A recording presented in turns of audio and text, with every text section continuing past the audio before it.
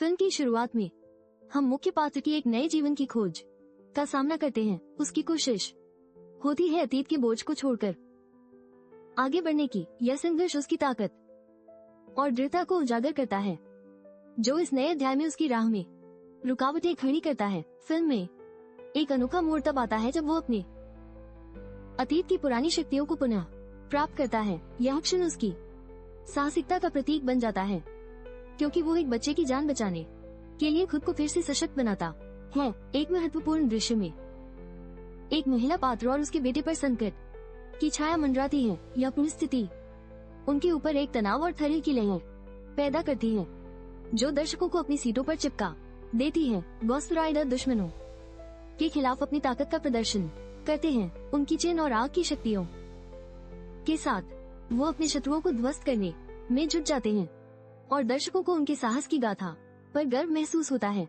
कहानी में एक बच्चे का खतरनाक अपहरण होता है, जो गोस्ट राइडर और उसकी मां को एकजुट होने का अवसर देता है। यह संगठित प्रयास संकट से निपटने का एक महत्वपूर्ण मोड़ बन जाता है। हालांकि दुश्मनों ने गोस्ट राइडर की शक्तियों को सीमित करने के लिए एक जादुई तकनीक का सहारा लिया। यह तकनीक उसे एक महान संकट में डाल देती है, जिससे उसकी परिस्थितियां और भी गंभीर होती जाती हैं। मुख्य पात्र की अद्वितीय क्षमताएं उसे दुश्मनों के खिलाफ लड़ाई में सहारा देती हैं।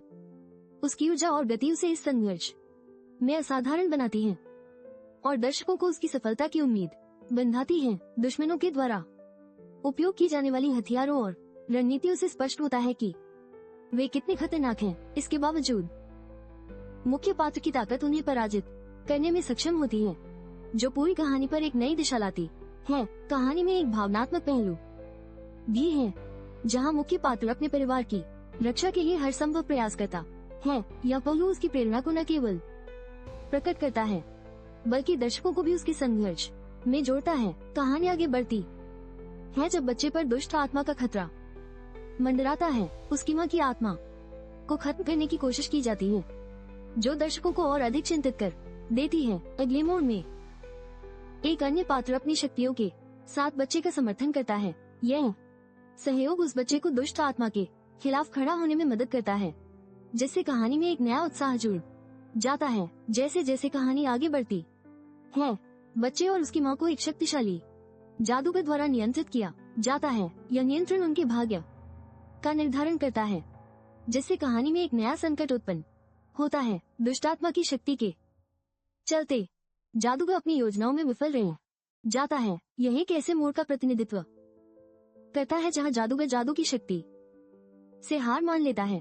बच्चे के माता पिता की चिंता बढ़ती है और वे दुष्ट आत्मा से अपने बच्चे को बचाने की कोशिशें करते हैं। उनकी तात्कालिक कार्रवाई की कोशिशें हमें उनके साहस और प्रेम का एहसास कराती हैं। जादूगर के अनुयायियों और दुष्ट आत्मा के बीच एक महाकांक्षी युद्ध का सामना होता है। यह युद्ध बच्चे की आत्मा के लिए एक निर्णायक बिंदु बन जाता है, जहां सभी का ध्यान केंद्रित होता है। कहानी में ये भी दिखाया गया है कि कैसे बुरी आत्मा ने बच्चे की आत्मा को नियंत्रित किया, जिससे वो अपने दोस्तों और परिवार से दूर हो गया। यह घटनाक्रम दर्शकों को बच्चे की पीड़ा का अनुभव कराता है। बच्चे द्वारा अद्वितीय तम मुई चान हो रहा शक्ति प्राप्त करने की प्रक्रिया में हमें एक नई महाकाय शक्ति के उदय का सामना करना पड़ता है। यह शक्ति उसे अपनी यात्रा को आगे बढ़ाने में मदद करती है।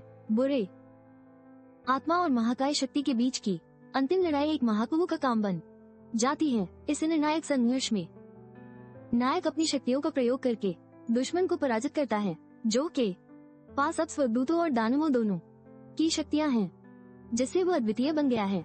इस बदलाव को दर्शाते हुए ये कहानी उसकी विकास यात्रा को भी स्पष्ट करती है। कहानी के समापन में जो ने अपनी शक्तियों का इस्तेमाल करके एक बच्चे को जीवनदान दिया, यह क्षण अच्छाई की विजय का प्रतीक बन जाता है, जिससे दर्शकों को एक सकारात्मक संदेश मिलता है। अंततः जो ने अपने पिछले जीवन से भागकर एक नया जीवन जीने की इच्छा व्यक्त की। यह उसका संघर्ष और पुनर्जन्म की कहानी को समाहित करता है, जो प्रेरणादायक है।